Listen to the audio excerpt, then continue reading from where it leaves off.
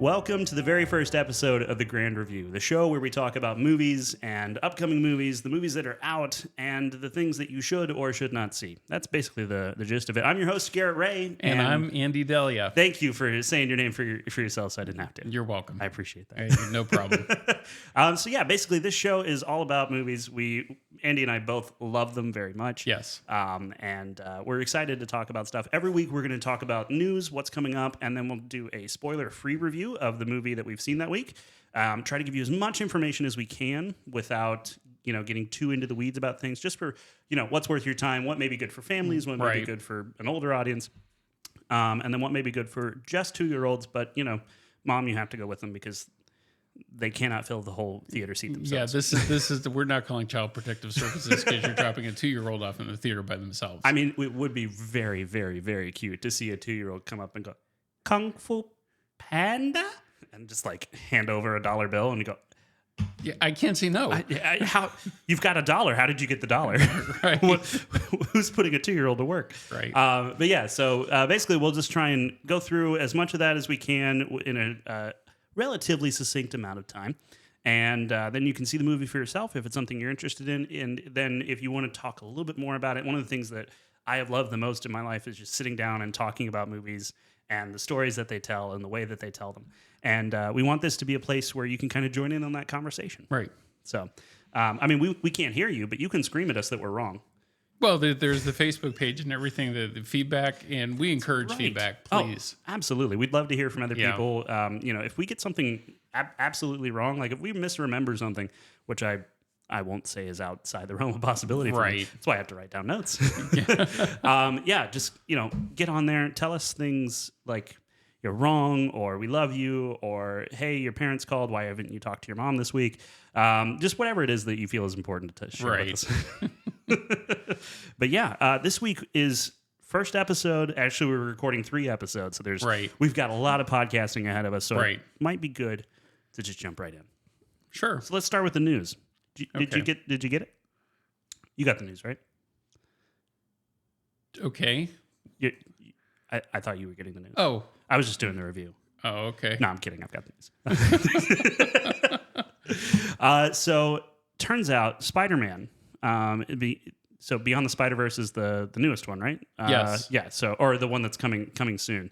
In between the last one, which was across the Spider-Verse, yes. In between that one and this one, there's actually a YouTube short that they're putting out, and it kind of bridges the gap between them. So it's called The Spider Within, a Spider-Verse story, and it's set close to the events of Across the Spider-Verse and follows Miles as he struggles to, quote, balance his responsibilities as a teenager, friend, student, and Spider-Man. This ultimately results in a panic attack, which I'm having now that I've done that with my mouth, that manifests his anxieties around him, all while he tries to protect the city from an unspecified threat. You'd think the writers would specify the threat. But okay, so my question is, didn't they do that in the movies? So why is this necessary?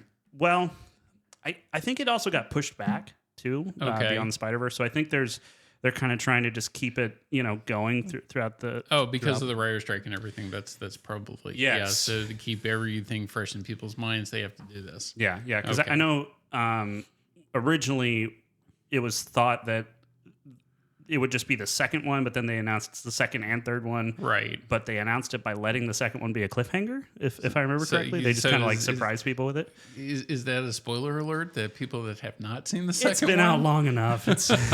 I haven't seen it and I know it. I think everyone knows it. Okay. So I don't want to ruin it for people. Nah, it's fine. I didn't say what the cliffhanger was. True. But the fact that there is one. I'm not fixing it. So the news about this dropped. Response has been kind of mixed. Yeah, some people are asking, why are they doing that? Some people are just excited to get more Spider-Man and Miles. And I think this is as far as representations of Miles Morales' character goes, I think it is probably the most interesting one. Okay. And the most just this series that they've been doing. I think it's a great representation of that character, who I was not really really familiar with until the first one came out, but then I went and read a bunch of comics. And they've done a really good job of taking that character. They have, and I think the animation quality on both of them has just been magnificent. Especially the second one with telling certain kind of moods and tones and everything that they said with that, and the different kinds of animation styles that they used throughout the entire film. Really contributed to how the story was told. And it's very rare that you see that in animation anymore. Everybody, I think, is so used to Pixar. And just, flat, this is what you're going to see. This is the storyline and nothing more than that. Whereas the filmmakers of Across the Spider-Verse use colors and lighting and moods to tell that story along with, the actions, of course, that happen in the film with the animation. So they kind of go hand in hand, and I think it's not seen very often. Yeah, well, and I think it's a celebration of animation as an art form itself, which is something that I'd love to see more of. Because then you've got on the flip side, you've got things like Wish that came out, right? And it was supposed to be this celebration of 100 years of Disney animation, and more like hand drawn style. But they completely buffed it. It's not interesting to look at. It looks unfinished, not hand drawn. I'll be very honest with you. I slept through most of it. I mean, for you, that's shocking. Because we're kind of the same. We walk into a movie theater and it's like, we're in church. Stay awake. It would just seem very uninteresting to me. Yeah. So, and it wasn't a story that was original either. So that contributed to it, and I just nodded off. Yeah. I think there's definitely something to be said about being able to tell when a movie has been rushed out to do something versus something that someone's taken the time on. And that's something we'll talk about probably in the next episode with Denis Villeneuve and how he approaches things like Blade Runner 2049 and Dune and things like that. So I'm interested to Well, the box office was the ultimate telling point for that too, because Trolls band together and that came out about the same time. I think they were a week apart. Yeah. And Trolls just destroyed it. Which is crazy. It was, everybody went to see that and saw Wish and go, well, I even heard parents telling this in the theater, well, we'll come back and see that next week. Yeah. So it was a secondary. Which is a lie every time. Right. Some people did, and that's great, but it wasn't a priority for people. And it's really sad, I think, to see like this downfall of Disney. Yeah. Like it used to be from the theater business standpoint, Disney was bank. Yeah. Like every time a Disney film comes out, you made sure that your stock levels were high. You were solidly scheduled employees for that because you were going to be busy. Now it's maybe you're not. Right. And yeah. It's just like I said. It's just very sad that it's not. And I think it's their own fault.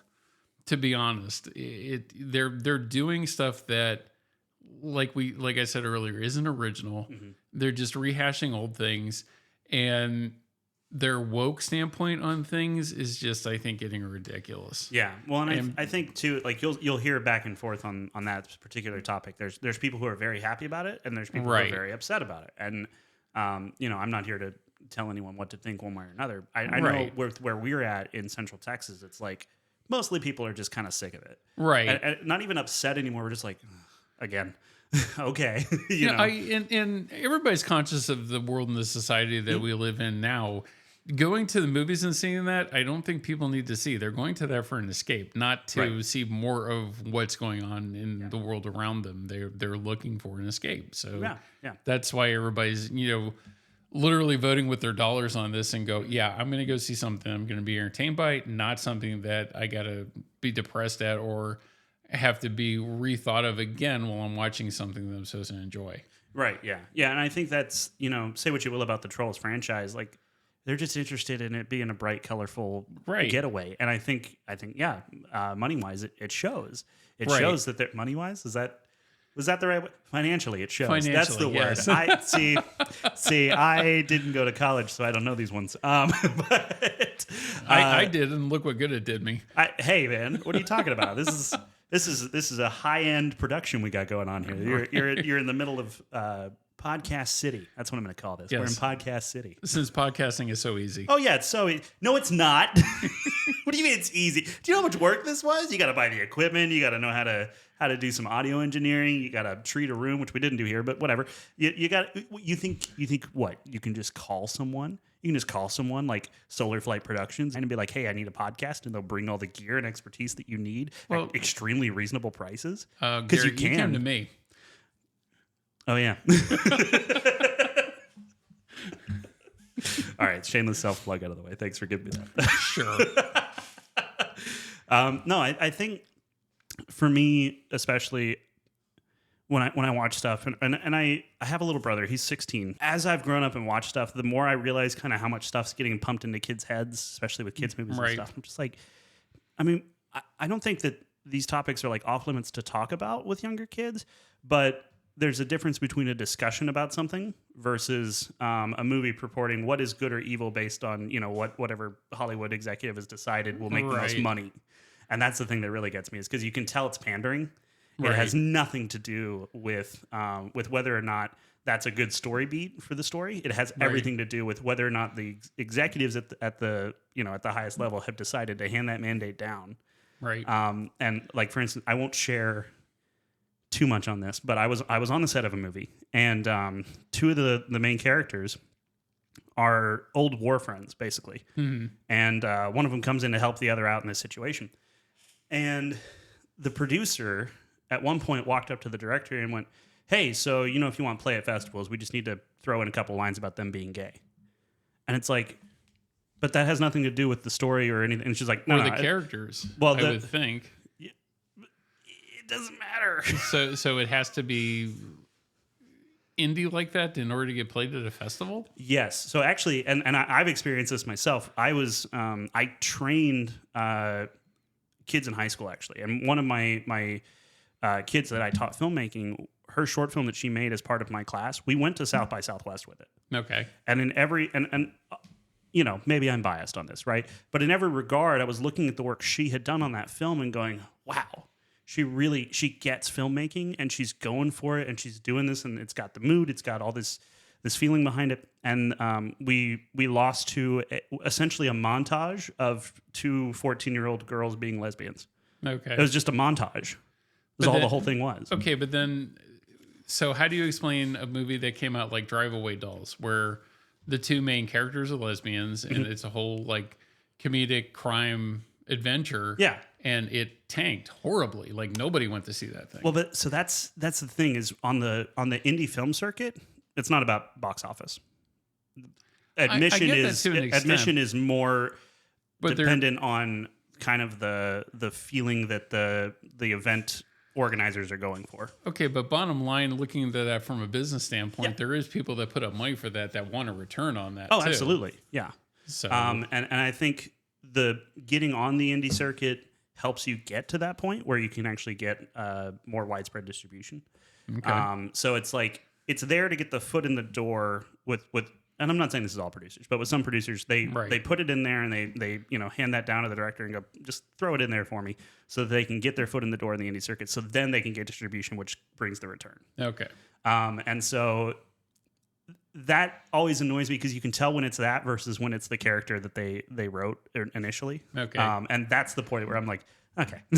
So then it seems kind of forced and very contrived at that point, I would say. Yeah, and that's the thing. And like, there's definitely, I mean, Moonlight's not that way at all. Moonlight is about that. And that one won Academy Awards and all that stuff. See, that's a film I have not seen. I haven't either. I saw La La Land that year. I did not, and especially when they screwed that up at the Academy Awards, the Jack Nicholson plunder of the century, that said La La Land was the best picture, and on the envelope it said Moonlighting, and they had to backtrack and everything. Just have a stroke? What happened? Well, he's older than me. So. Well, I mean, what? That's my whole gag on the show now, is I have no idea how to judge people's ages. Oh, I don't either, but I still haven't seen La La Land. Actually, I don't like musicals as a whole. I don't either. But something about that film, the way it looked, was really good. The jazz music for that I actually have a fondness for is spectacular. Cool. and just how that story unfolds. It really is like a 1950s heyday kind of film. Yeah. That it was done in modern day, and it really does work. Because musicals for the most part are just, I have to sing dialogue and for no reason, and I just find it very silly for the most part. Unless that's how I feel about it, and I've been in musicals, right? But that film, just I thought the music actually propelled that film and kept you watching it, regardless of the story and the actors and everything. Yeah, it's on my list of things I intend to go watch. I can forgive you for not seeing. Some of the other ones I can't. But so I haven't seen The Godfather. Does that make me a bad filmmaker? Yes. Oh.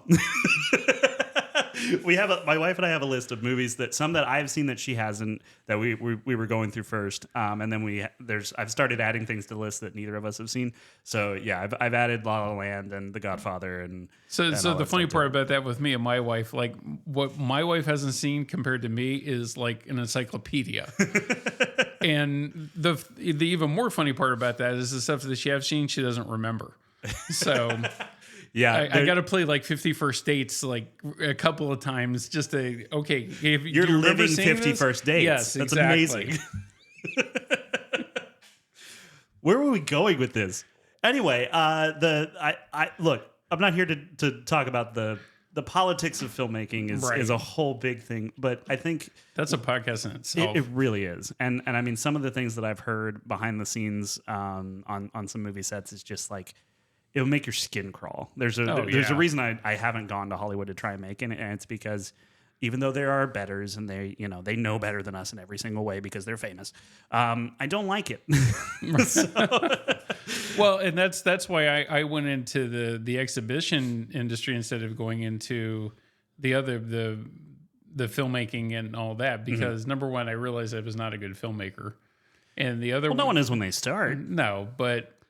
The other thing is I interned for 10 months and realized that this was not where I wanted to make my career. I would much rather be at the theater level and work upward out of that, which, that's what I've done for most of my life. And now you're the general manager at what's possibly the world's best theater. Oh, yeah, absolutely. I mean, except for our recliners, which I wish were much better. Hey, they're way better than the recliner I have at home.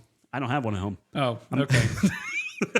I've got a couch with a chase, but it's an IKEA special, so your butt really sinks in at the couch part, and then it's like your legs are. It's great if you have some sort of like swollen ankle, because you just sit on it and your head swells up instead because it just leans so far back. But if anybody really is concerned about that, and that is one of the biggest complaints that we get. I am working on it. Just.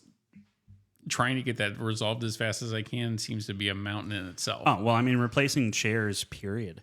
Yeah.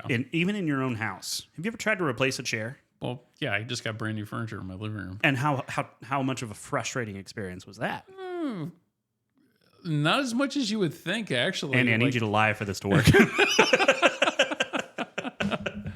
The hardest part about it was the financing. Oh, yeah, exactly.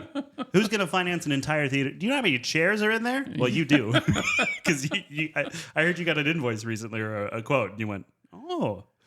And then, who was it that cried? Was it you? Was it? No, it was the owner. I go, okay, this is what we need to make this better. Okay, is there anything cheaper? No, there isn't. This is actually the cheapest I found. Well, I mean, just... Getting even an IKEA couch right now is so crazy expensive. The price of everything has ballooned to a degree that I cannot... Including our concession prices. Well, don't say that. Well, if anybody knows anything about, the theater industry too, they should know that, theaters, Grand Avenue or anywhere else, they don't make anything off of the tickets. Yeah. The studios take a good portion of that. And, I'm fortunate at this point that not working for a corporate theater, I actually get to see those bills. Right. Yeah. So I really see how much the studios take and go, right. You got to be kidding me. Yeah. And, how much we get. But then that's why, concession prices have to be higher than what people would like to pay for a popcorn and a drink. And, I wish there was a different system for that. I wish it could be better.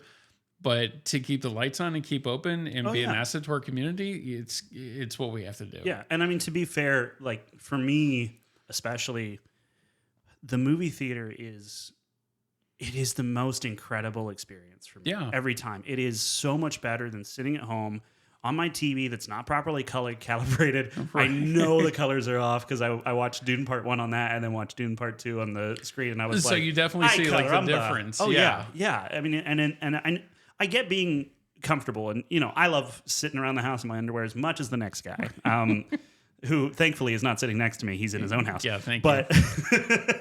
But yeah, it's going to the movie theater is the sound, the size of the screen, the fact that you're in a dark room, there's no distractions. My wife at home sits down on the couch. In 5 minutes, she's laying down, and then in 10 minutes, she's out. Right. Doesn't matter how good the movie is, but in the movie theater, you're there for it. So I always wondered too, like one of the new fads in exhibition is beds for theaters. So I wonder how that goes over and how much they have to wake people up at the end of the film, or whatever else goes on. I think the only way you can get away with that is if it's one of those beds where it's like the Cinema 4D thing where it shakes. Okay. Like the SpongeBob ride I went on when I was like 12. Oh, okay. And you sit there and like they go, "Arr, arr, arr, arr, we're wet," and then water sprays out in your face. That'll keep you awake. It's not pleasant. I don't like it, but well, the closest I've gotten to that, I ran a theater in another part of Texas that we had D-box seats. Yes. And I like that, but the problem is the choices that they make for that sometimes are just really bad. And there's no other way to put it. And sometimes the technology doesn't work the best that it can, which there's ways around that, but you pick like the Marvel films that work in D-Box, but then you pick something like Sherlock Holmes, the second movie, and why? Yes. I can smell the clues. or even a better example of that was the Alex Cross film that Tyler Perry did. That was in D-Box, and I was just like, what? You gotta be kidding me. That's weird. That's a strange decision. Yeah. And I'm saying that as a person who, as a middle-aged man, still tried to wear Vans. So I mean, my bar's pretty low.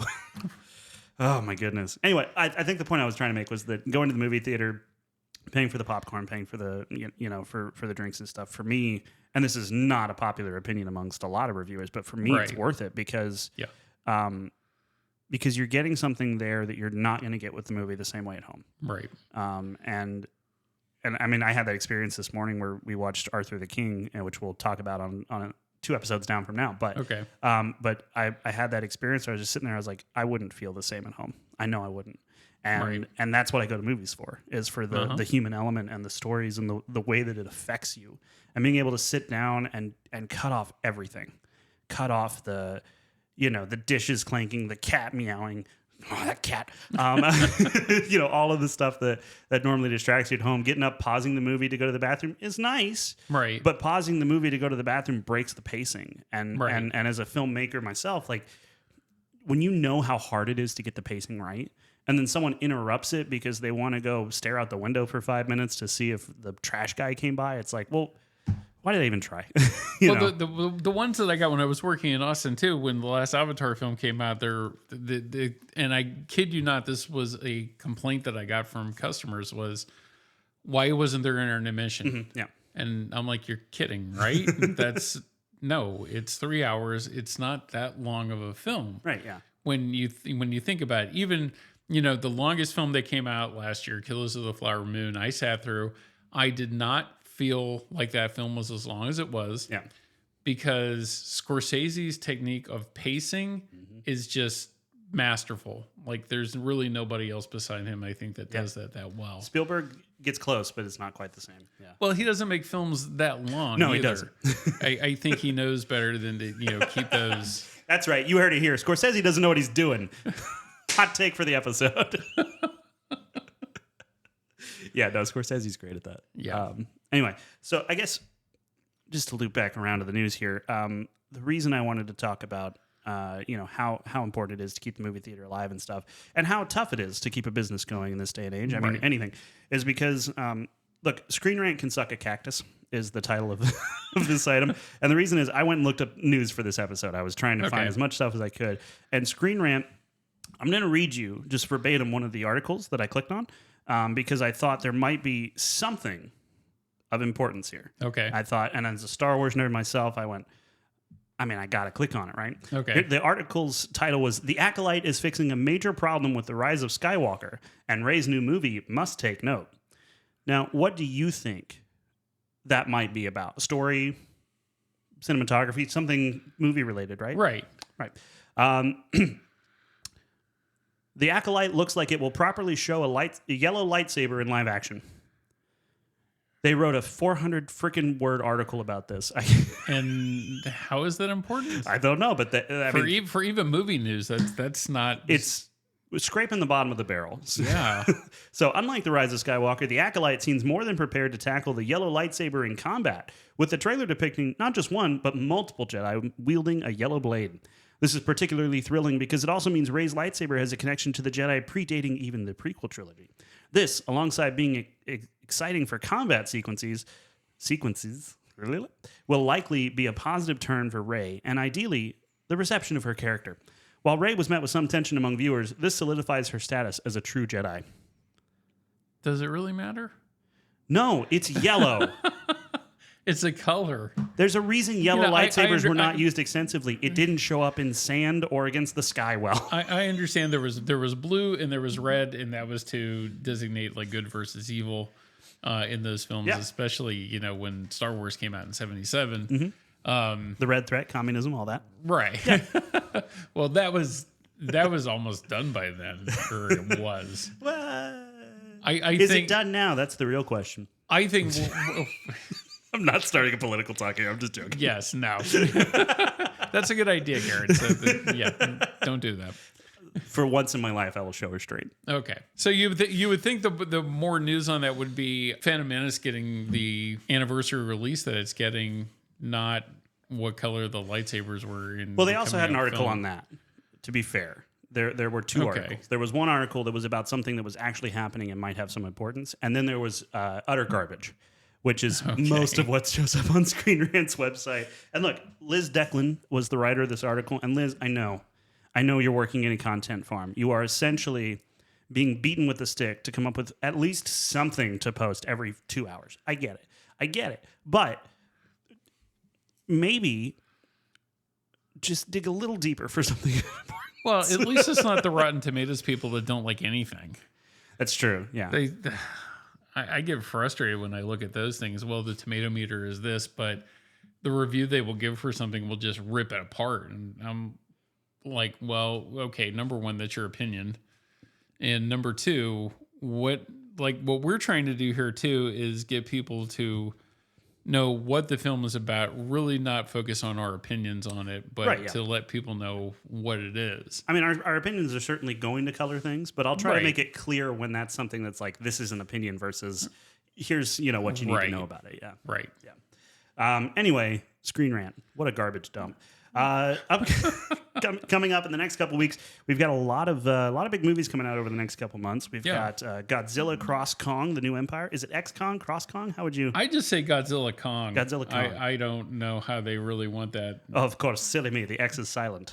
It even says like shh.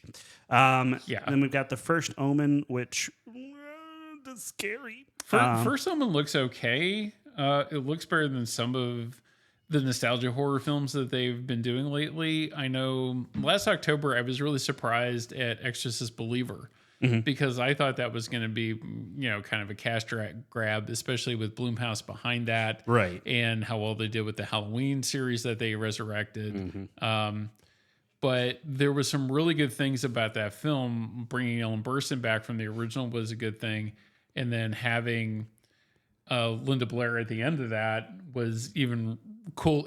That was just beyond cool, in my opinion. And it was interesting how that story played out. So with seeing the trailer for this new one, it looks interesting. So I'm kind of excited to see how that actually goes off. I've not seen The Omen. It's a surprise there. Yeah. World's worst cinephile. That's me. I don't know. The original Omen, I still think stands up. What is as a horror film? In like 10 seconds, what is that about? Generally the birth of the Antichrist. Oh, well, don't do that. Right. I mean, I just personally, but I would prefer not to birth the Antichrist myself. But it had it has Gregory Peck and Lee Remick in it. Oh, that's right. Yeah. And David Warner. So it's not kind of how Hollywood perceives horror now. Mm-hmm. Like they actually sunk money into those things. Yeah. Some of them. Well, and so horror in general, this is something that you're big on, or is it kind of middle of the road for you, or like you love horror? I love horror. The problem is they don't really make anything lately that's any good. Yeah. Or the ones that I read that, well, this is the future and this is the way to go. Good example of that was, I think last year or the year before, there was one that was toted online a lot called Skinamarink. And heard of it. It was a really extremely low budget film. It was made for like less than $1 million. A horror movie with a low budget? Even lower than what you would imagine.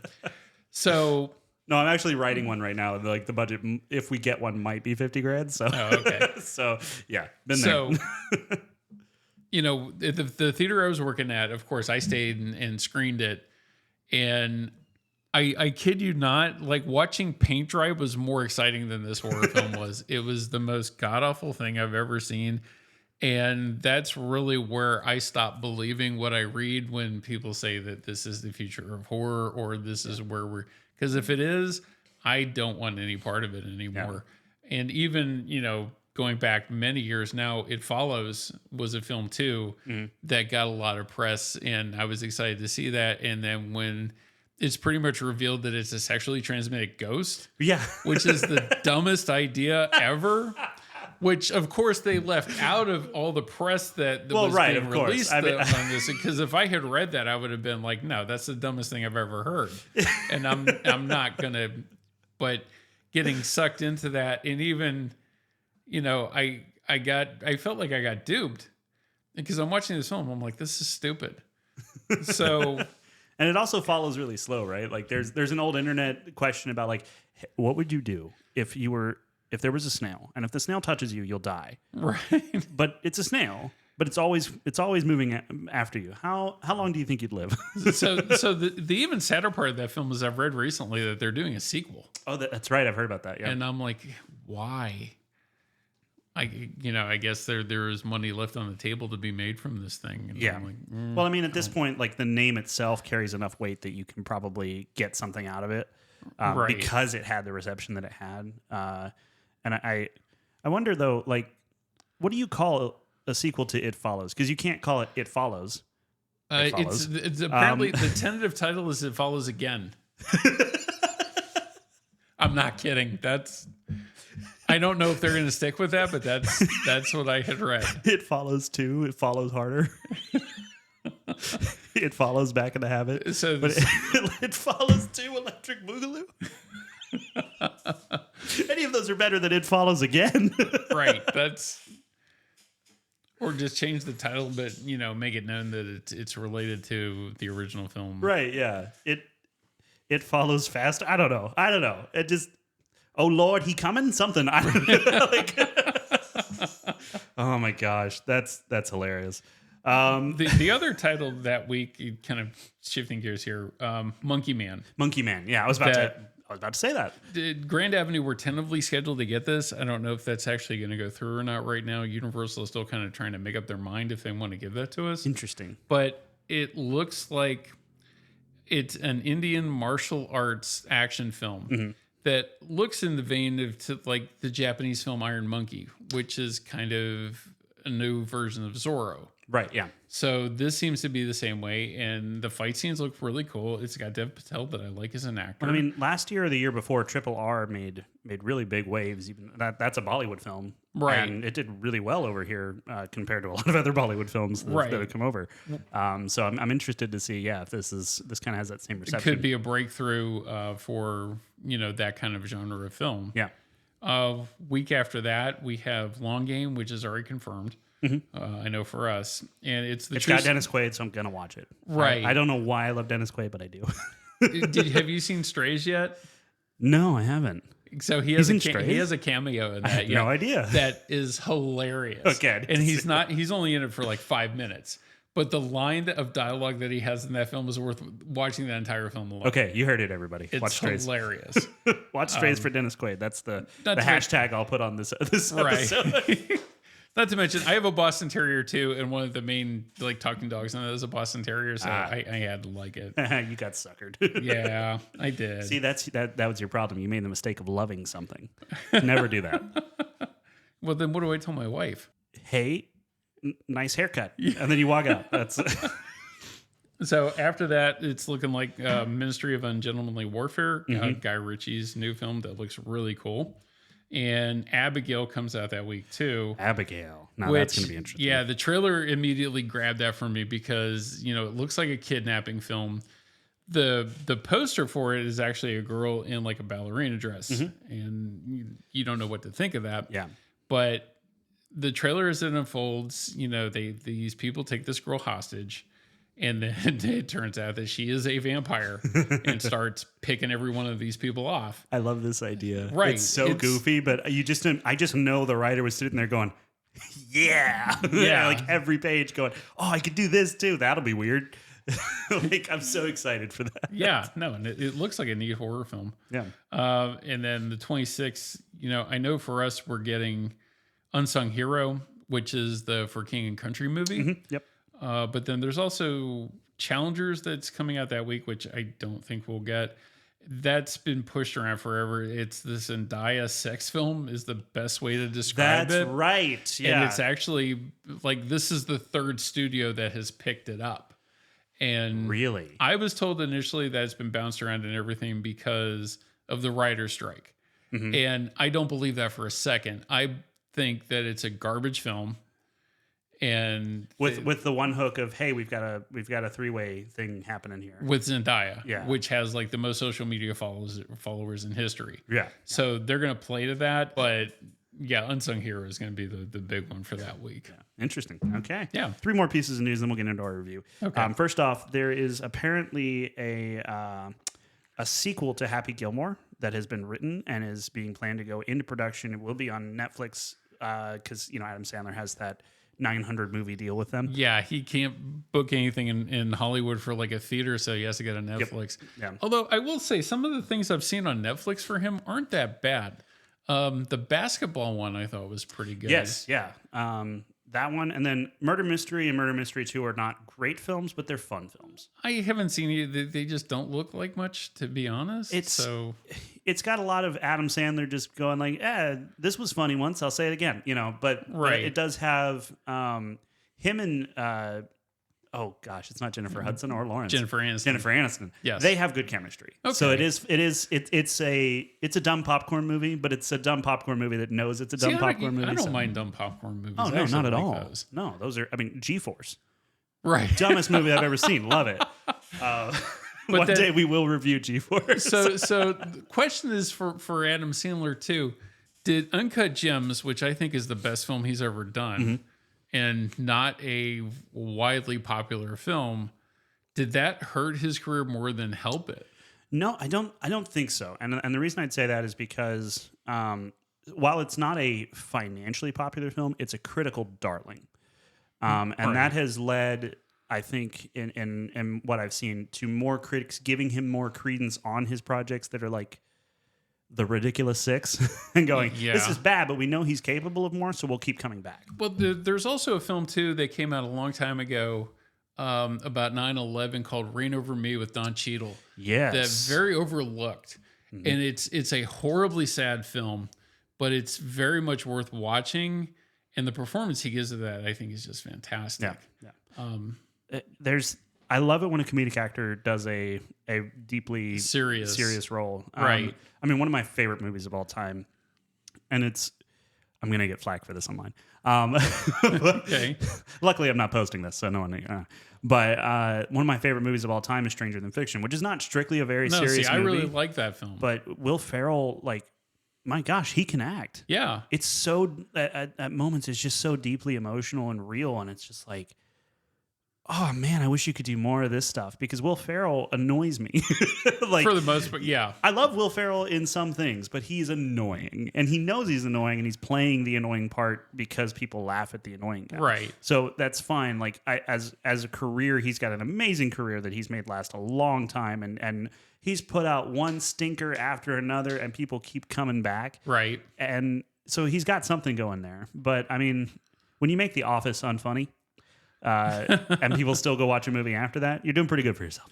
So if people that haven't seen Stranger Than Fiction, which is probably quite a bit, Yeah. It's a guy that is an IRS auditor that generally there is an author writing a book with his name that he hears every time that she's typing this book, he hears it inside of his head. Yep. So he goes to Dustin Hoffman, who is a literary professor, to try to explain it. And then he's also auditing a baker, Maggie Gyllenhaal, who ultimately they have a relationship.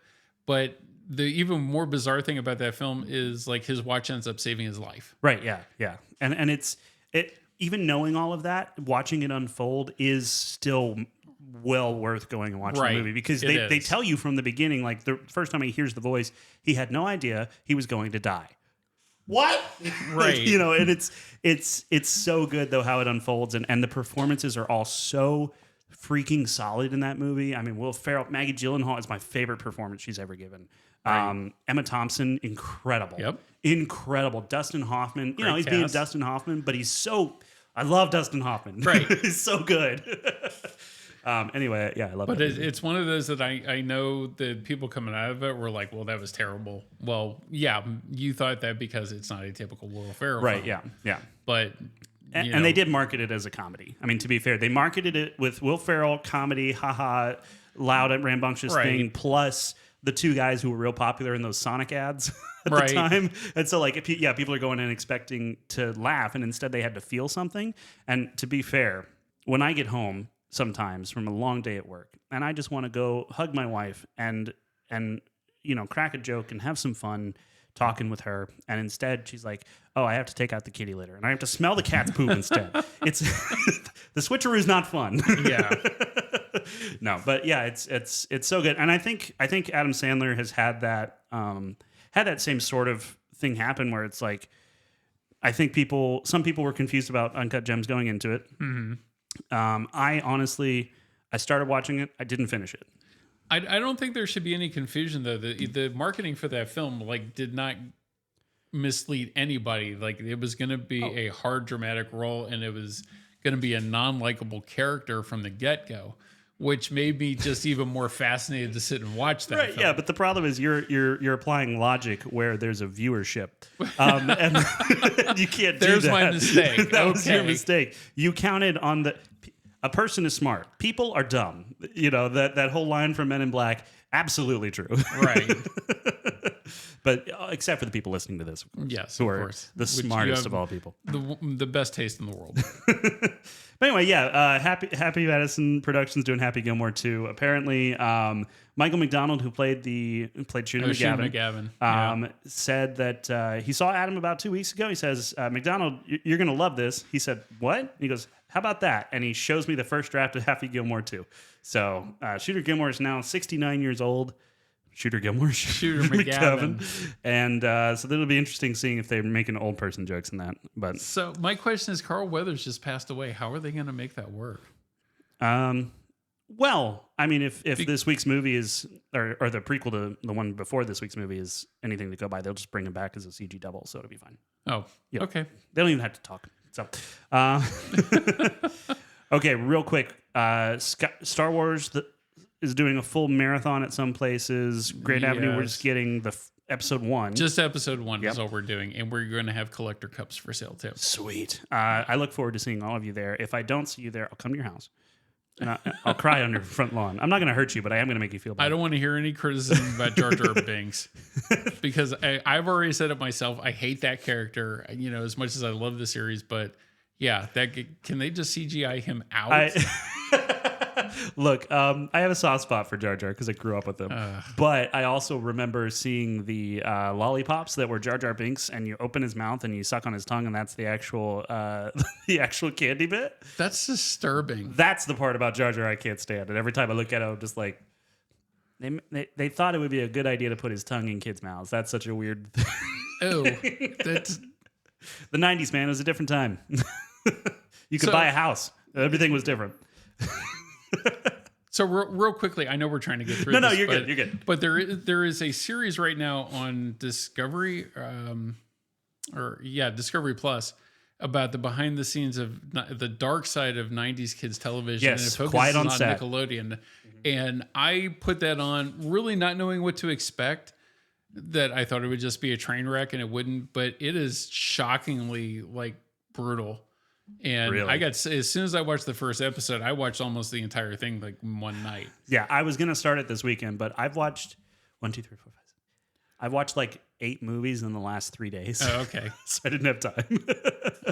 That I understand, because I've done that before. Yeah, too. no, I mean I was just trying to catch up for Ghostbusters. Yeah, so. you need to see that. It's just jaw dropping. Maybe we'll give it a shout out on next week when we record again. We can talk about it because I would love to talk about that. And I've fallen in love with documentaries in the last couple of years, especially the backlash that is now created. And I thought generally it was just something I was gravitated to, and that's why I watched it.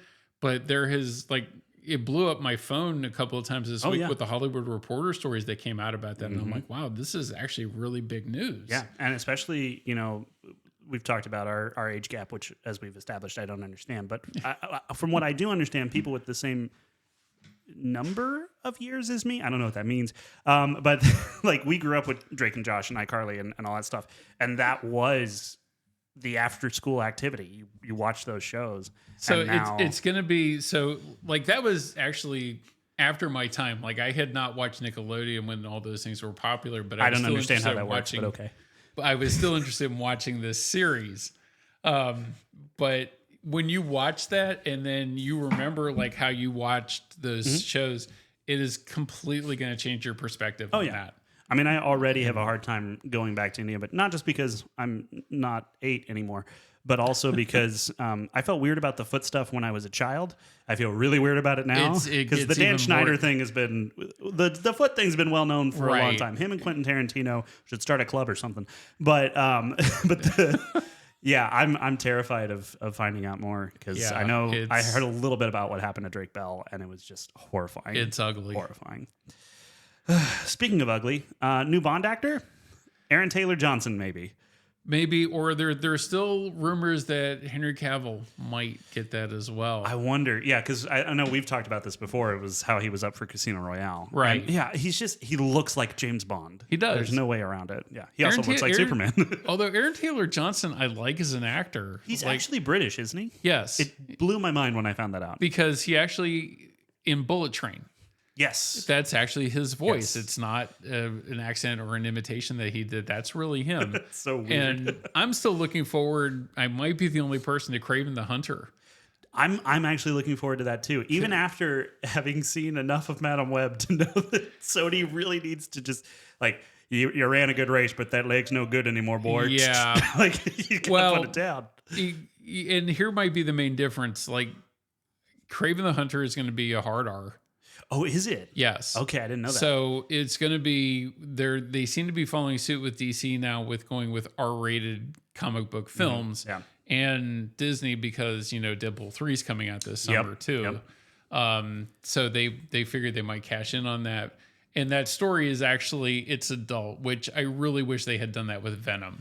Yes. Yeah. Because the Venom movies are just to me not that good. They're entertaining to watch because I like Tom Hardy. I do. I like him as an actor. I'm looking forward to Bike Riders this summer. And it's an absolute insane thing to do to have him talking to himself like that. And the voice is great. Yeah.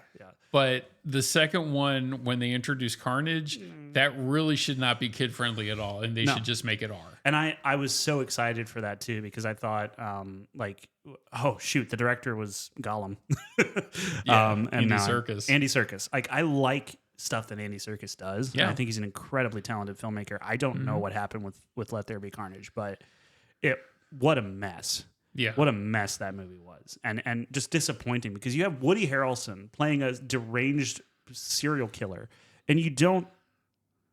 The most insane thing he does is wear a purple suit and steal a car. Well, if you go back and like know that he did Natural Born Killers, which he's a serial killer in that as well, and it's an and in real Stone life film. No, actually, it was his dad, wasn't it? Yeah, his dad was a serial killer. It runs in the family. And you see that as compared to how Let There Be Carnage is. Yeah, it's just kind of insulting, actually. I know.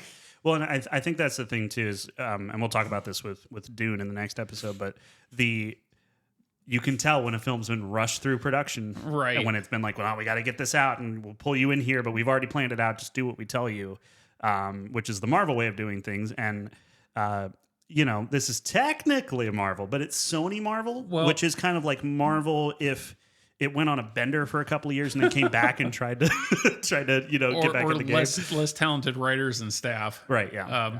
So the next one, and I wonder if they're going to have the same problem with this one because it has a title now, The Last Dance, and they keep shifting the release date on it to the point that I don't know when it's coming out because it was it was supposed to come out in July, then it was November. Now the last thing that I read is it's coming out October 25th, right before Halloween, which is actually not a bad time to put that out. But if they're shifting that around already, is it going to follow the same suit that Madam Web and the rest of them do? That they're rushed, they're thrown together, and then just enjoy it. Yeah, I didn't actually watch Madam Web, but I watched someone else watch Madam Web online, like just bits and pieces of it while they did commentary, because I was not going to spend my time on that movie. I let my son watch it. And that was I was not going to. Just unedited excerpts from the film were like, as a viewer, almost insulting. And I say this: no one sets out to make a bad movie. No one who goes and like even making the worst movie you've ever seen it's so much more difficult than you can ever imagine. And so I want to be very clear when we talk about this stuff that we are talking about the finished product and probably could pay a little more respect to the amount of work that goes into it. But at the same time, the reality is people don't care. Right. They don't care how hard it was. I mean, no. I've experienced this 100 times where I put my blood, sweat, and tears into something, show it to someone, they go, yeah. And I mean, to be fair, I made a stinker. But, like I have no ill will towards anyone who works their rear end off to get a movie out because a movie is the hardest thing. It's so freaking hard. But yeah, Madam Web just made me want to vomit in my own living room. It lost credibility with me initially because that comic book character and what the film was are two completely different. The Madam Web comic book character is a blind old woman with clairvoyant powers, not Dakota Johnson. So right there, I'm like, no. Yep. And then the first trailer I saw was no. Well, that and they dubbed over all of the villain's lines, it looks like. Right. Like that is not how he was talking on set. And I just had visions of Morbius again, like going through my head. And Morbius sure enough, was probably better. Honestly. No, it couldn't have been. I don't know, man. Madam Web is just, like I said, haven't seen the whole thing, but just the amount of times that there was just a 5-second clip that played in this video I watched without any edits, any commentary or whatever, and I went, "Are you serious? Yeah. There's no way Morbius can be worse than that." Please tell me it's not worse than that. It got released twice. I didn't watch Madam Web, but yeah. Okay. I watched Morbius, unfortunately, and I hated it. Yeah. But well, I mean, the best thing about Morbius was the fact that the internet tricked Sony into re-releasing it, and then no one went to see it again. Yeah. That's so funny. I mean, clearly the people running that whole show have no idea what's going on in the real world. It's almost as good as when Snakes on a Plane came out. I know. You laugh automatically at the title of that film. Snakes on a Plane. Yes. But the internet buzz around that film was huge before it came out. And then it was originally PG-13. New Line actually went to the makers of that film and said, after they saw it, and said, we might as well just score this thing up and make it R. So there was a couple of scenes that were added that got the R rating, and then they released it in films, and I was working for Cinemark at the time. They bought into this and had it on 3 screens, and it did nothing. Yeah. So you think because it's Snakes on a Plane. Right. And for what it is, like, it's really not that horrible of a film. Like, it's fun to watch. It really is. If you're going to watch it, though, watch the TV edit version. It's so much funnier. Because I'm done with these Monday to Friday snakes on this monkey freaking plane. It's the funniest line in movie history. But then the other extreme to that, too, is watching Megan, the unedited version. Like, I didn't see it in theaters. It just...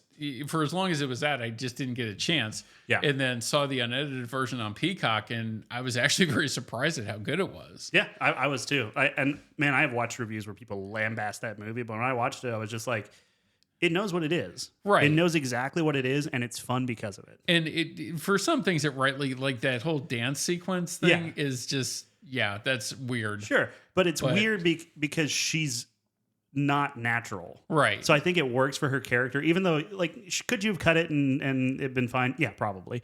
But it sticks in your head, doesn't it? Yeah, you definitely. Know? Just like that ice skating scene from Argyle. I don't think we need to revisit that. No, probably not. Okay. So Aaron Taylor Johnson, if he was Bond, would you be happy or not happy? Yeah, no, I'd be happy with that because I think it'd be a tougher character, which Daniel Craig started to do with the last ones that he did. Not so gentleman spy, a little bit more Jason Bourne. Mm-hmm. And I think that character evolving to that is a good thing. Not bad. See, and it's interesting because I agree with you, but also there's that part of me that just wants the gentleman spy back. Like I love that trope so much, and I know they got to move on and evolve from that because otherwise, how will the Broccoli family make any money? They won't ditch that completely. I'm sure there'll be something for that, but if they use him, it's probably not going to be as prominent. Right? Yeah. I think if they go Henry Cavill, it's going to be much more gentleman spy. Yeah. But at the same time, I think you can't have the womanizer thing be as overtly there and like get away with it anymore. Well, even in the Daniel Craig ones, it wasn't as they've got. He fell in love, right? And they. That actually started going back to the Timothy Dalton ones, where the late 80s, where monogamy was supposed to be, more of a bigger thing because the AIDS threat in society. Those films, the two, he only did two. Yep. That really did start a trend where they didn't want to have all these different women, and even in the Pierce Brosnan ones, and then going forward with the Daniel Craig ones, like you said, he fell in love in that series. So there is something to be said for those films. For as dated as they are for the times that they're made, they're still very prevalent to things that are going on in society at that time. Yeah. And they pay consciousness to that without making it ridiculous. Right. Yeah. It's not Strange Worlds or whatever. Right. Yeah. I liked Strange World. Well, you'd be the only person. Probably. Yeah. Because no one else saw it. Yeah. Not because it was bad or anything. Just no one saw it. Funny quick story about that too. Like I got invited by Disney to go to an advanced screening of that. Oh, really? And we knew that film was in trouble when you go to an advanced screening for Disney and the theater isn't even a quarter of the way full. Oh. So I'm like, this is in trouble automatically. And yet they still think they can bully every small theater in the U.S. That's right. Get off your high horse, guys. All right. Right. See, and meanwhile, too, they have a good film last year, The Creator. That was one of my favorites. Yeah. Like, I really like that film. It's on the list. And, okay. The more recent, I can forgive you for that. But, no marketing into that film. And that film was just fantastic. It was Gareth Edwards, wasn't it, as the director? Yes. Yeah. Who did one of the Godzilla films. And an Australian film, Monsters, that I've really liked too. That's a good one. Okay. Yeah. It's going on the list. Okay. Yeah, that's because he's pretty decent at making those kind of films. Well, and everyone talks about this, but he really does have an eye for scale in a way that other directors just don't. And look at Pacific Rim Uprising. That guy, I don't know who directed that, but the scale of that was basically Del Toro. Well, definitely not. No, there was no big giant fist punching one of those Newton's cradle things. So right, automatically trash. Yeah, without that, but you can definitely tell that when you watch The Creator. Yeah. Okay, it's on the list. I've added it. Okay, good. Okay, you need to see that. Should we talk about the movie? So we're doing Arthur the King since we've completely lost track on that. No, this is Ghostbusters. Oh, this is Ghostbusters? Ghostbusters. Okay. So My Ghostbusters for the first one, then we'll do Dune, then we'll do Arthur the King. And we've kind of organized them in the order that I watched them this weekend. Okay. Okay. So Ghostbusters. Frozen Empire. Frozen Empire. First off, I had a bit of a journey coming to this one because I actually had not seen the original Ghostbusters all the way through at any point in my life. I've seen most of it, bits and pieces here and there, had never actually sat down and just watched it. Okay. Because when I was a small child, I saw Gozer for like 30 seconds and was terrified of it for many, many years. And still terrified of it. That haircut is horrifying. Anyway, but I finally sat down and I watched Ghostbusters, and I went, actually, that was pretty good. And I watched Ghostbusters 2, which I had seen before, but it was a long time ago. And I know people disagree on this back and forth, which one's better. I think Ghostbusters 2 as a film is better in almost every single possible way. And it's funny because when I initially saw the second one, I was 19 years old. I was, senior in high school, and that came out the summer before I went away to college. I didn't like it at all. Really? Right. But over time, and I've seen it again because, I'm having my son watch these films. Yeah. And I'm like, this film really isn't as bad as I thought it was when I was 19. But, maturity definitely plays into that too. I don't know what that is. Okay. I've never heard that word before. In Frozen Empire, I love how they made reference to it. They did, yeah, and we'll definitely get into that. We got to save that for the spoilers. Okay. But it is. I just think the pacing is so much better. The characterizations in Ghostbusters 2 it's just more fleshed out. Yeah, I think it's funnier. Ghostbusters has some classic moments. Oh yeah. One of which ties into this. But I just think Ghostbusters 2 is like, of the franchise, it's up there for me. It's better as it's gotten older. Absolutely.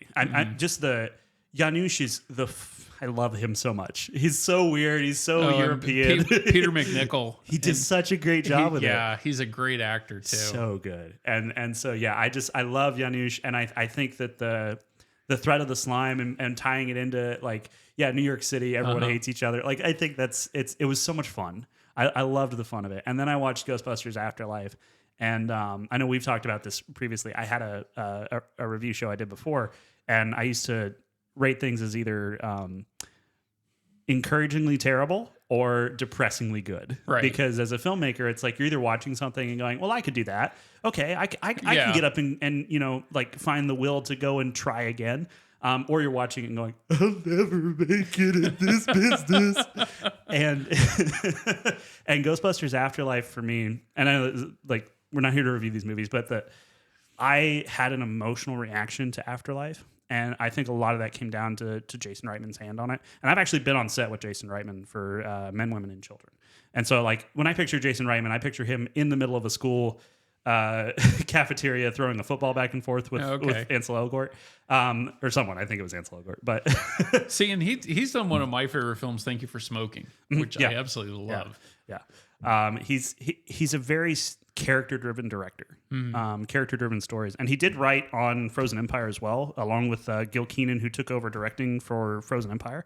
But yeah, Afterlife was just, I watched it and I cried at the moment where no one would be crying. The last part of it is extremely emotional, especially if you really like those films. Yes, yeah. And I had gone through, 30 years of history in 2 days when I got there. So I was primed for it because it had just happened. Right. But I was crying. I had a moment where I paused the movie, the greatest sin of all time.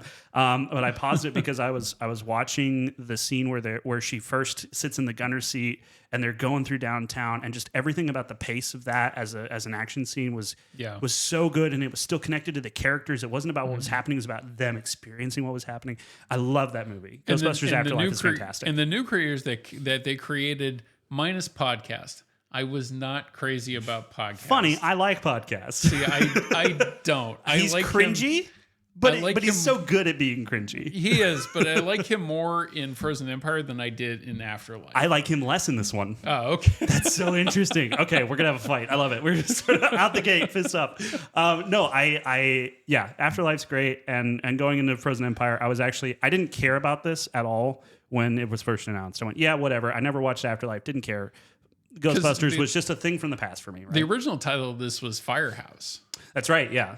And I kind of wish they would have kept it. I think it was the working title to cover up the fact that it was called Frozen Empire, or that it was a Ghostbusters movie specifically. Because they'll do that a lot with like Men, Women, and Children. When I worked on that, was called Pale Blue Dot. Okay. That was the working title. They don't give you like the real names for casting calls and stuff a lot of the time because they don't want. They want enough attention that from the names on the sheet that say this is who's directing that people want to audition, but they don't want the, like in 2015, not 2015, it was maybe 2012. I went to audition for Star Wars. Oh, wow. And there was a 5-hour line outside. You wait in this line. And I got in there and they had a box for you to put your headshot in.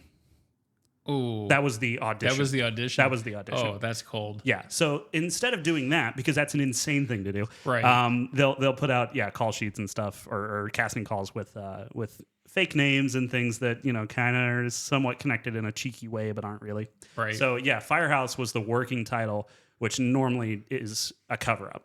Okay. So I still kind of wish they would have kept that. I think Firehouse is good. Yeah. Especially after seeing the film, and now I've seen it twice. Because I had to take my son to see it this morning, and he loved it. Yeah. I was worried that it was going to be like the original second Ghostbusters, where how dare you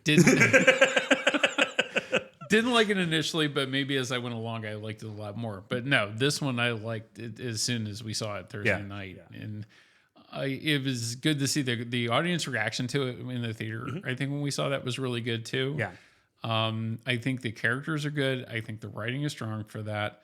The effects for it are really good. Yeah. Even the non-practical effects that they seem to use for that seem pretty neat. It's definitely, it feels more CGI heavy.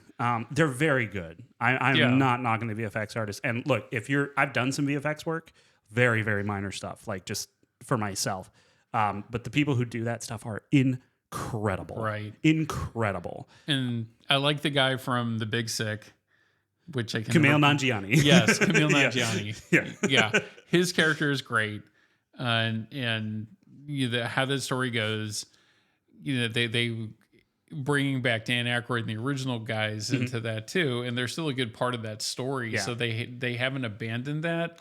Right. And they also, I think, realized from the last movie that McKenna Grace's character is a good focal point and kind of go further with her. Yes. Which they did, and I think they did it really well.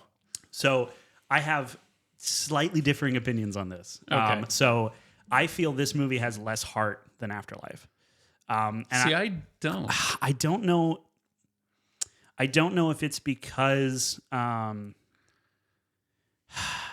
there's a lot of characters, right? Like Trevor is just kind of there. So instead of him having this kind of coming of age thing going on, they focus on the coming of age thing more on her. Yes, which good. But at the same time, I don't know. It was like it had sequelitis a little bit. I felt like where it was like, well, of course that's where you go with it. Okay, now he's trying to figure out how to be their dad or whatever. And I think exploring something different might have been more interesting for me. Okay, but they didn't club you over the head with it either. They didn't, which is the avenue they could have gone down with. That would have been disastrous. I'm not saying it's bad, right? At all. No. I'm just saying like I watched Afterlife and then immediately after watched this, and I was like, I think Afterlife had just a bit more heart, and I think the reason doesn't come down to necessarily that it's a bad script or anything like that, because I think it's a Ghostbusters movie. You're not getting Citizen Kane, and even if I don't think you can complain about anything in the movie.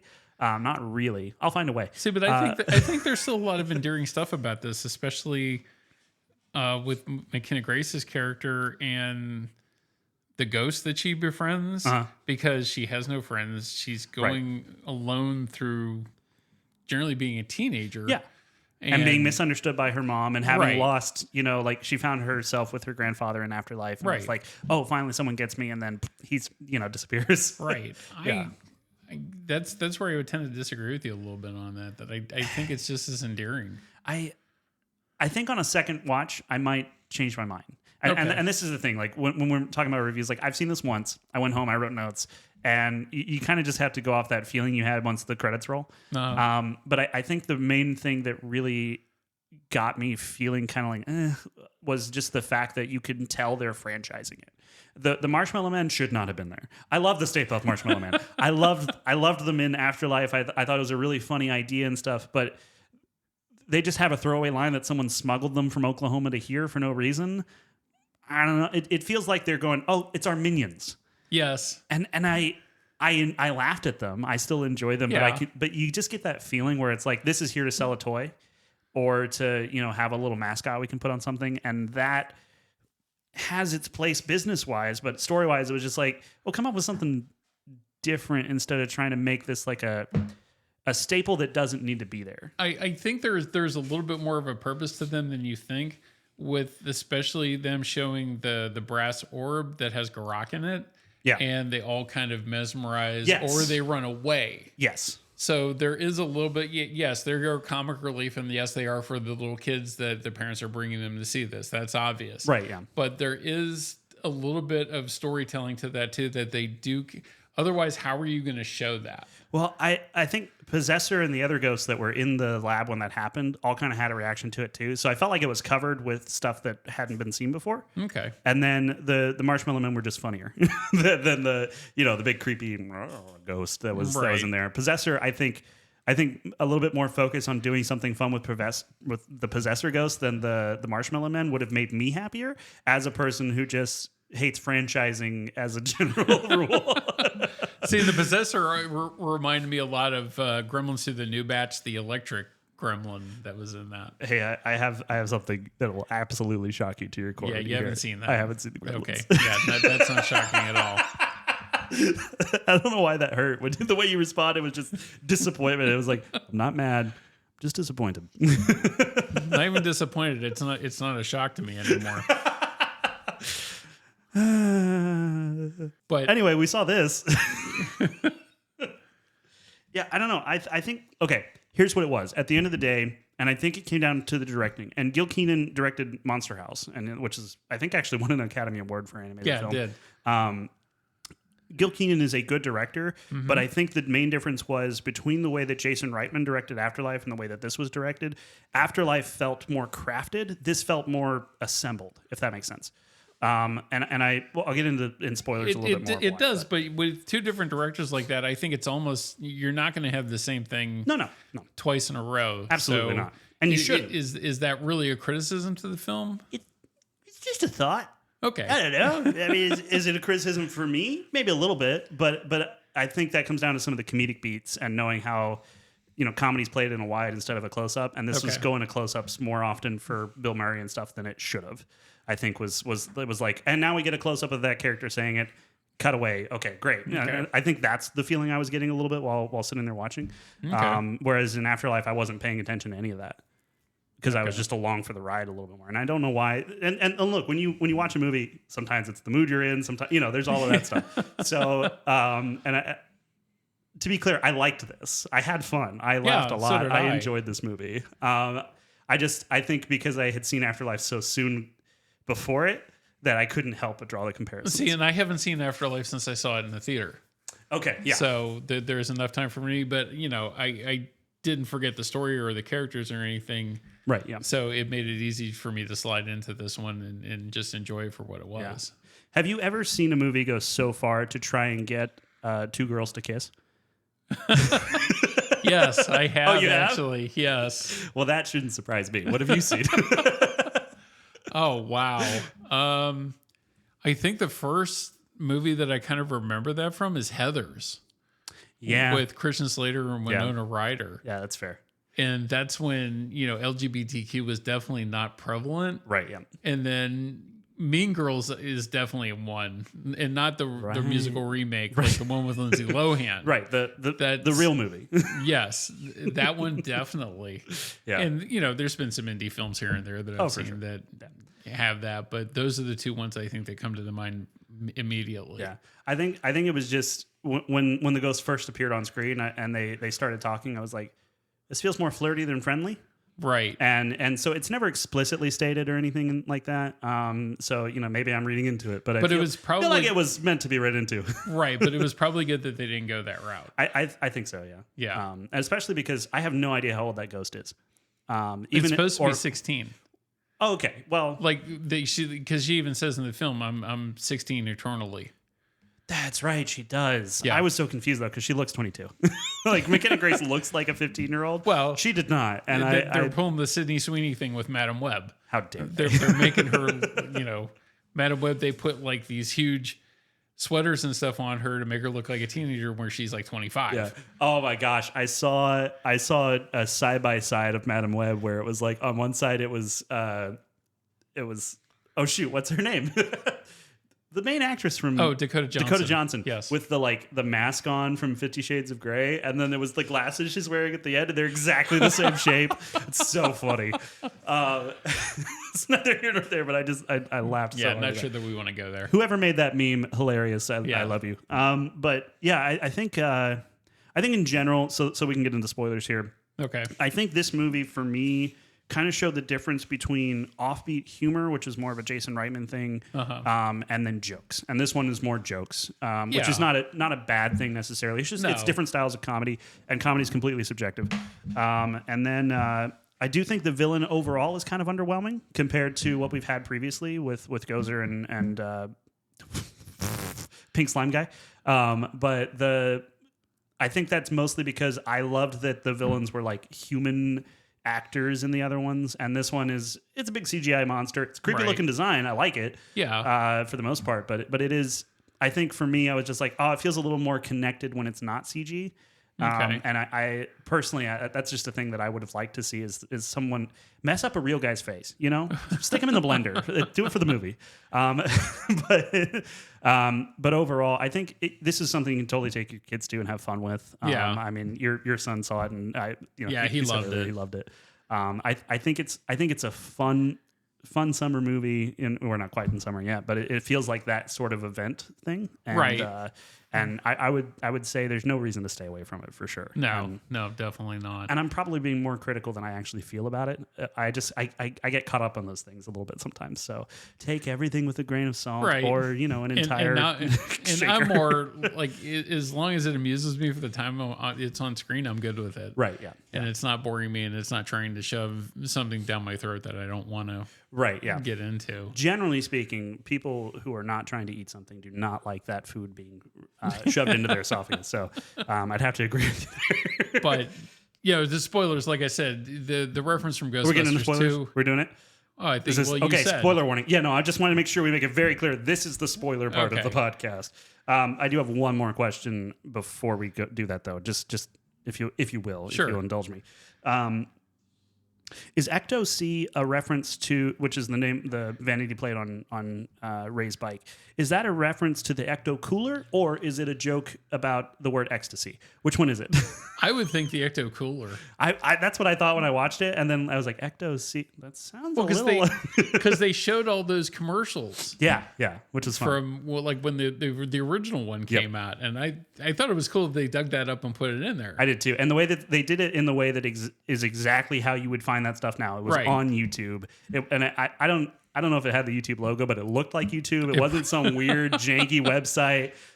Good on them for showing technology as it's actually used instead of someone, with their phone pinching a little bit and the map zooming in like 900% because they can't figure out how touchscreens work. I was just glad that they didn't make reference to the cartoon. Oh yeah, the real Ghostbusters. Well, either of them. Well, like there's there were two? Yeah. Oh. There were two. One that was more based on the movie, and then there was another one. Because that was the whole thing behind the initial movie is there was a TV show, The Real Ghostbusters, that ironically animated. No, it had Forrest Tucker in it, and it was a live action film, or it was a live action TV show. Interesting. And I gotta look this up now. Reitman had to, with the head of Columbia, like they had to make sure that the rights and everything were secure before they went ahead with Ghostbusters as the title for the original film. Yeah, sorry, I looked up the real Ghost Burgers for some reason. Just hungry? I guess. I just ate. Interesting. Okay, yeah, no, I'll look that up later. It doesn't matter. Yeah. But yeah, I guess let's get into spoilers then. Okay. So I have some notes. Trevor's just kind of there. I mentioned this earlier, but really he is there to do something with Slimer so he can go, hey, I know that guy at the end of the movie. Right. That's all he's there for. And it really kind of bugged me.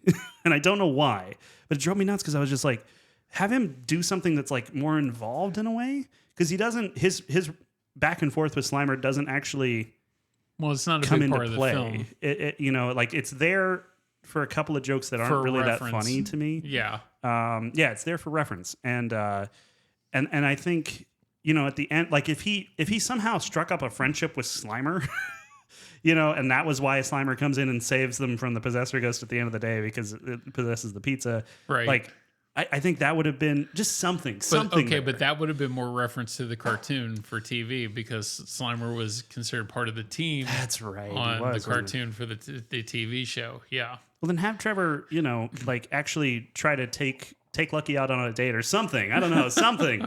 And like I'm not going to rag on any actors or something. Finn Wolfhard, I think, kind of acts the same as he did in the first season of Stranger Things. He as a performer, like he's got this one mode and it works for him, and that's great.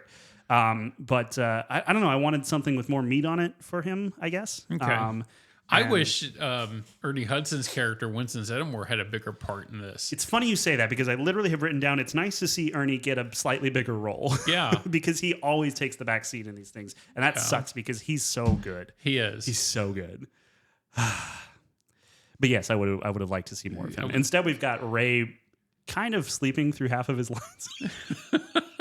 Yeah, but I like Dan Aykroyd, and I liked his, like, he's out of the old cast, he's the most predominant one in this. Right, yeah. And it's fine that they did that because for what they need him for, it works perfectly in the film. Mm-hmm. Or at least I thought so. I think so too. Yeah, I mean his whole light the candle bit's very funny. I love watching that. Yeah, I think the thing that, because I know enough about Dan Aykroyd as a person too, like he's sitting there saying things that sound absolutely insane, and I'm just going, yeah, that's Dan Aykroyd. Like the whole Crystal Head vodka. I mean, because he believes in the Crystal Skull thing, and like the man loves this stuff, which is why Ghostbusters exists in the first place. Is because he loved it, and he wrote this movie about it. With Ivan Reitman, I believe. Well, with Harold Ramis. With Harold Ramis, that's right. Right. That's what it was. And so, I thought it was interesting that they still found a way to get Harold Ramis into this film. Yes. Yep. Because it was that way in Afterlife. There's the bust of his head. And then this one, they have a shot of him on television too from the original movie, which it's still cool. Yeah, and you can tell because this is also the first. This one was for Ivan at the end. Right. They dedicated it to Ivan Reitman, who directed the first one, and I think the second one too. Yeah, he did. And you can tell there's a lot of love for the Ghostbusters in this, and I think that does a lot carrying it. Too. Like it kind of elevates it because you're like, I'm sitting here watching this because I enjoyed the previous ones, and because we're doing a review. But I would have gone and seen this anyway after watching the other ones. I was looking forward to this since I saw the first trailer. Yeah, and I went into this almost completely blind because I saw the first half of the first announcement teaser. And okay. I don't know the Ghostbusters that well, whatever, and turned it off and never watched a trailer for it. See, I've followed this since I was 14 years old when the original one came out. So, see, why couldn't I do that? You're not as old as me. I don't know how that works. But it's not a funny gag. But yeah, you can tell there's a lot of love for it, and I love when you can tell that the people working on something love it. Yes. And there's also the flip side to this where it's like they've started Ghost Corps is now a production company specifically for Ghostbusters. So if that doesn't tell you there's not going to be another one, I don't know what does. Yeah. And this one will be almost entirely. It might just be a Marshmallow Man movie. The next one, like how Gru, the Despicable Me franchise had a spinoff that was just the Minions.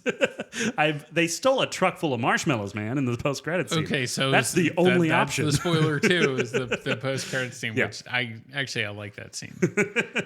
I did too, but it was. And it was a Stay Puft Marshmallow truck that they hijacked. That was even better. It was funny. I laughed absolutely. Yeah, I wonder. So there's talk from Gil Keenan, who said something in an interview about potentially bringing back, what is the villain from the second one? Vigo. They're talking about bringing back Vigo potentially for a sequel. That would be cool. I think it'd be interesting. Yeah, I would like to see them. So here's where I'm of two minds. On one hand, I like new villain, good, come up with something different. The ice thing was completely different from anything we'd seen in the Ghostbusters franchise. Great. But on the other hand, somebody coming back for revenge from the previous films, which they did. But they did that for Afterlife. So can you pull that same hat trick twice? I don't know. Maybe. Why not? I mean, Vigo. Well, the main reason is because in 1989, when they made that movie, that man already looked like a potato who's had lips that got stung by a bee. You can't. His face is going to look weird now. But I don't know if that's where CGI comes into play. I suppose so. But yeah, I don't know if you can pull that again. But at the same time, like New York City, it's going to have. I don't know what they would do different with it, with Vigo specifically. So that's why I'm not in the movie industry. These guys are. I would say for the next one, if you're going to do something nostalgic and bring it back from the original ones, bring back Sigourney Weaver. Yeah, well, she was in a post-credit scene on Afterlife, wasn't she? I actually didn't see that, but I read something about it earlier today. I don't remember that, to be honest. Where she was doing like the card flip thing that Venkman was doing in the first one. Oh, yes, she did do that. Sorry. Yeah, I'd love to see more bring her back Sigourney in a bigger role. Yeah, since she's not in the new Alien film coming out in August. That's right, yeah. Romulus, which they just dropped the first trailer for this week. Oh, did they? I haven't seen it. So this one, I love movies. I know nothing about them. So this one is supposed to take place between Alien and Aliens, between the first two films. The trailer is pretty creepy. I'm not gonna lie. It's scary. I've heard some early rumblings that finally Aliens is actually scary again. Yeah. I mean, I like Alien Covenant. I know that's kind of a. I like Prometheus and Covenant. I thought they were pretty good. I haven't seen Prometheus. Once again, not a shot. I know. If anything, for that Michael Fassbender. Oh, yeah, he's incredible. Yeah. His portrayal of that android is so creepy. But it's a decent film. I need to go back and watch it. Yeah. I know what happens in it because it was around long enough before Covenant that you hear the main story. They just need to not fall into the trappings of like resurrection. That's just I don't know what you're talking about. That doesn't exist. That's not a real thing. Okay, good. Yeah. Yeah, that film's terrible. You don't like clones? No. Or it was all the rage at the time, to be fair. Or even, for as much as I like David Fincher as a director, they made Seven and The Social Network, which I think is an underrated film as well. And then like Mindhunters is a fantastic series. See, and I've never seen that. Oh, you got to watch Mindhunter. Okay. Oh, it's so good. It's sad that it doesn't have more because it was not finished, but I don't know if they're going to keep making it. But that third Alien film is another, like, it was a good idea. It just went horribly wrong in the production of it. I mean, hey, man, we all make stinkers. Yeah. Just how it goes. Okay, how do you feel about... Okay, so this is one thing specifically I want to talk about was the comedy in the movie because it is funny. Yeah. We were laughing side by side. And so, like I said, I had fun, but there were moments specifically with the original Ghostbusters that and there was one scene in particular where I was like, oh, if only, because they're there and it's Ray and Ernie and Venkman and they're standing there and Ray's talking about how they can reboot the ghost trap, right? And they cut into a close up of Bill Murray saying, yeah, we get it. We trust you. Just do it. And that moment, because they cut in, there's no like, I think it would have been funnier if it stayed on the wide and he like spins Ray around and looks at him and says it to him and then lets him go. And Ray's like, okay. Just like that moment, that breath, I think would have made it funnier. I think there are just times where like the comedic timing of those guys is so spectacularly crafted for a wide shot. Right. And comedy lives in a wide. Drama lives in a close-up. See, but I thought in that scene that they should have gone the more sarcastic route and go, no, Ray, really, tell us why that works. Which I thought it would have been funny. Yeah. I mean, I think there's a lot of different ways you could have gone with that, but it was just the moment that stood out to me is like, just let it live in a wide. Just let it live in a wide. It felt like they shot the coverage, so they had to use the coverage. Or even that pen throwing scene. I love that. Which is funny, but also, just like you said, it's a wide shot of Bill Murray. Right, yeah. Throwing pens at Camille Kumail Nanjiani. Nanjiani. Yeah. Right. I think that's how it's pronounced. I hope so. That's another one that seems... Could there have been a different way to do that and do that where what might have been a little bit funnier? Maybe so. I mean, I felt like that one was very in character for Venkman. So like it worked on that level for me. But yeah, a wide shot where you see the flame and you see him and you see them and they're all doing this thing. And it's, and this is something that you see a lot in older movies that you don't see now. People make fun of, I mean, you know, Taken 3, they have like 29 cuts of Liam Neeson jumping over a fence. It's hilarious. Just watch that scene on YouTube if you can. But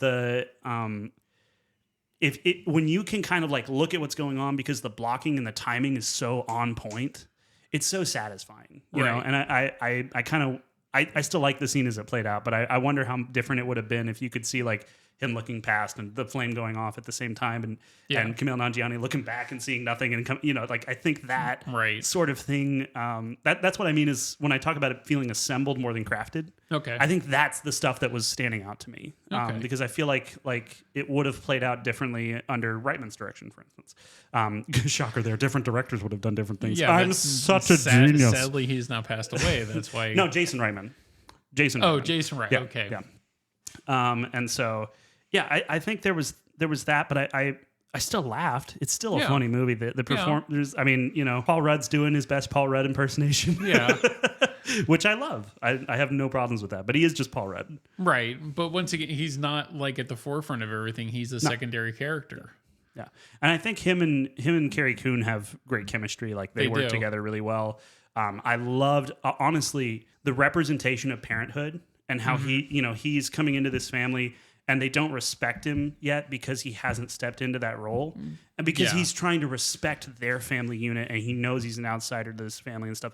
Like all of that, I think was handled so positively and so well. And I loved that. I love movies where a family unit feels like a family unit instead of, oh, our mom's dead and now everyone's sad. Right. You know, Disney. Yeah.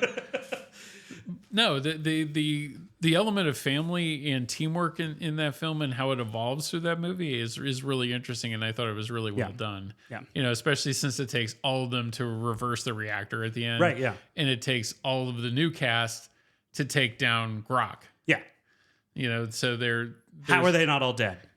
Everyone else freezes in 10 seconds and they're all just standing there completely frozen and they're fine. And that's the suspension of disbelief. You know, you can't kill off all of your characters in one film. Well, but like, you know, so the climax in particular for me is where this fell apart. And I know I sound like such a critic right now. I know. But the whole end sequence where everyone's facing off against Garak, but then Phoebe's downstairs with the ghost. What happens is, and you can tell me if you feel differently about this, but what happens is Phoebe's conversation stops when the camera cuts away and then resumes when it comes back, like they were waiting on it. Like they were waiting on the camera to be there to have any conversation. So there's no... Phoebe kind of gets nerfed there at the end because instead of being she makes this, you know, she brass coats the pack and stuff. She does the prep work that makes you go, okay, here we go, final battle. But then she's just kind of standing there doing nothing for most of Garak's attack. Mm-hmm. And the conversation that she has with Melody, if that happened and then she realized like, okay, I'm not going to get any help here. But she says something poignant to Melody and then runs off and has to fight her. Because she's separated, she has to fight her way through all these other ghosts that have been See, and I think where they released. Should have gone differently with that is they're killing Grok, Melody starts to fade away as well. So there's an irony there that to kill your main bad guy, you kill off generally your friend. Like too. Maybe this adjustment that she's done to the pack has an effect where it's like instead of it being a directional beam, it just like attaches to anything that has the psionic, composure. Something like that. I thought that would have been a better way to go than, like you said, cutting to and we're just standing here waiting and then, okay, now we're going to resume. There's so much of her like, oh, that's where you were in the conversation when we left, and now we've come back, and now you're slowly talking about this, but people are dying upstairs.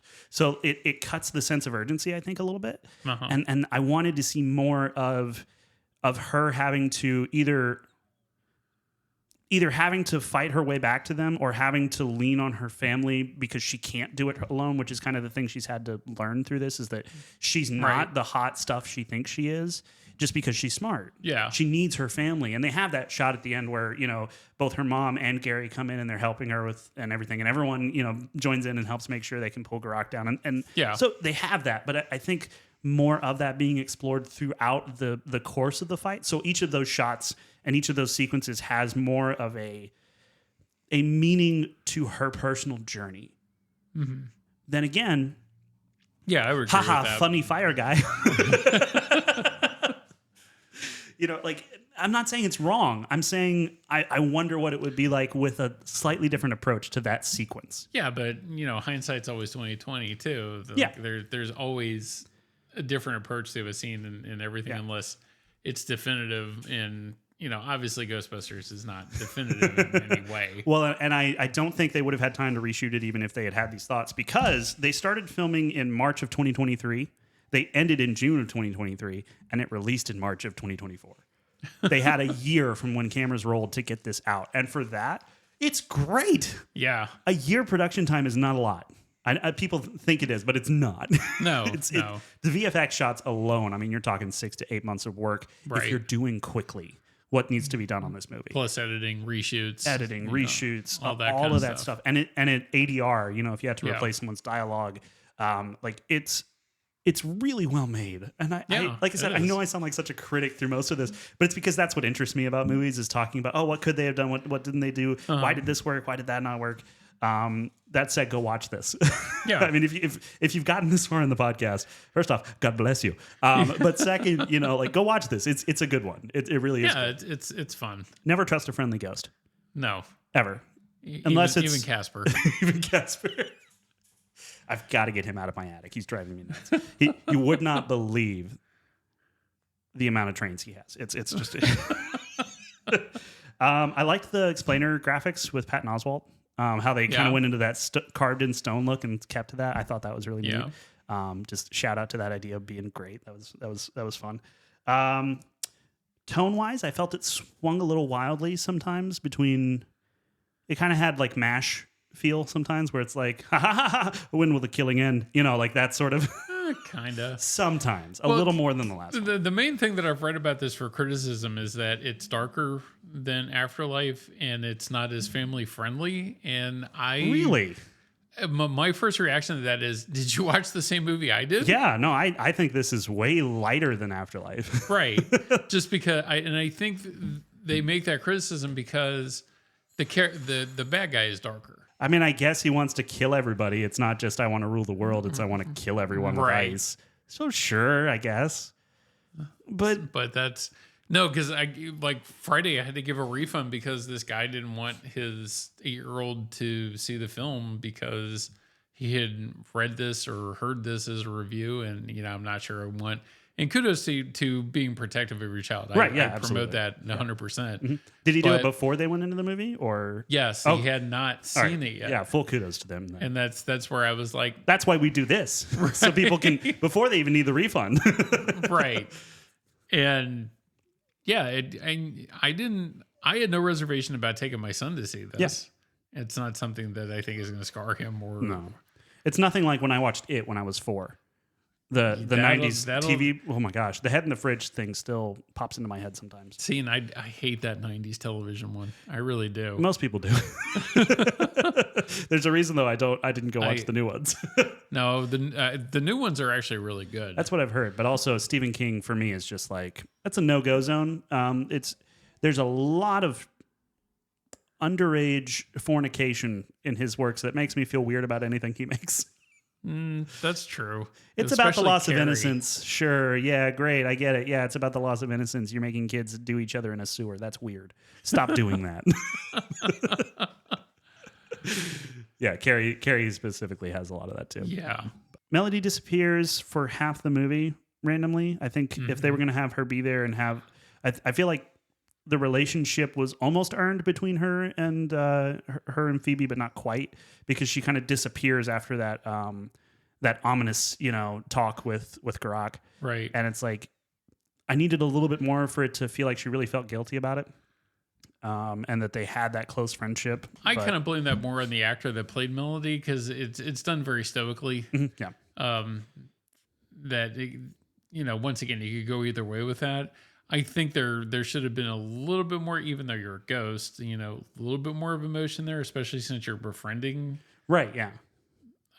Instead, it just kind of, the movie tells you she feels bad instead of building the relationship so you feel it. Yeah. Yeah. No, I agree. Yeah. I think it's possible there was more of that and it got cut. I have a feeling, because of the part of the movie in which she disappears, I have a feeling that there probably was something there in the script at one point that got cut because they needed to keep it down to a certain time. Yeah, you're probably right on that. But it's minor criticism. It still works. Yeah. It still works. Yeah. And any criticism we make about this point, it's all minor in the grand scheme of things. It is a good movie. It is worth seeing. Yeah. It's fun. Yeah. I love it. I don't sound like I love it, but I love it. Popcorn films. Exactly. Awesome. Yeah. Yeah. And I think I just get hung up on these things because when it stands out to me, that's what's interesting to me. Right. And you come from that background of technical, where I come from just watching a boatload of movies. Yeah, and I come from the place where it's like, well, I have some notes. I'm like, oh my gosh, am I an executive? No.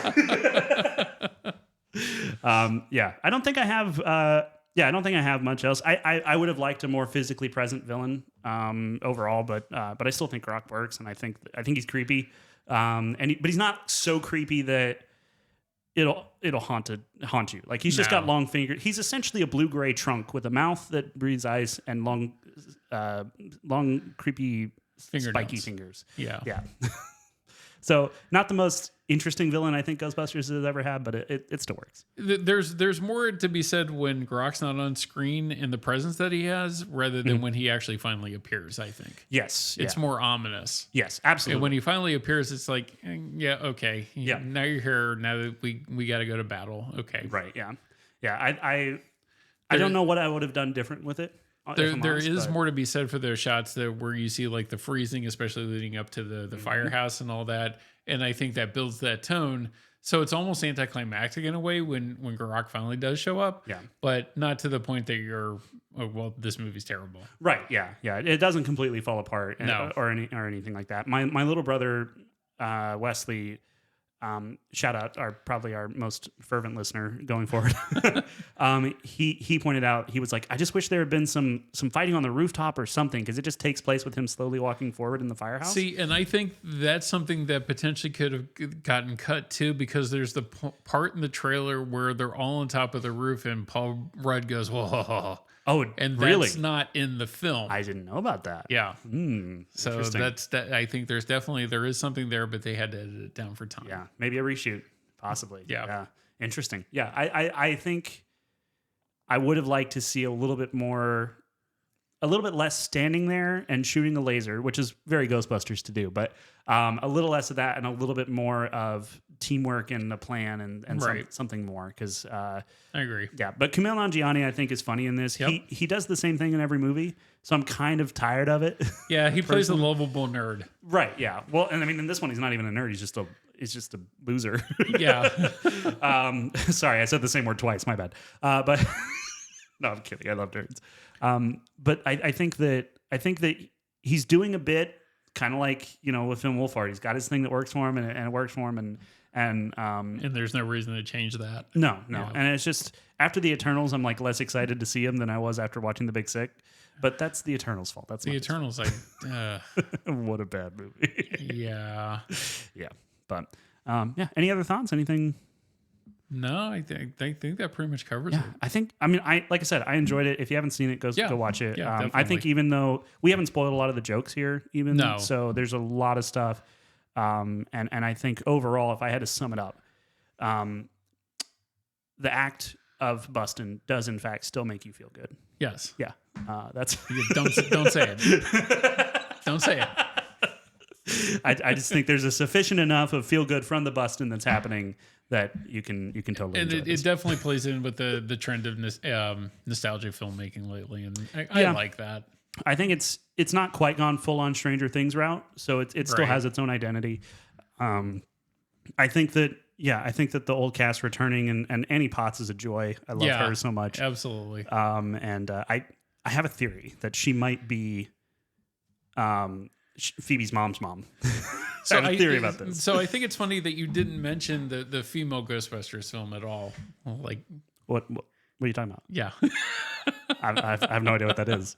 Okay, good.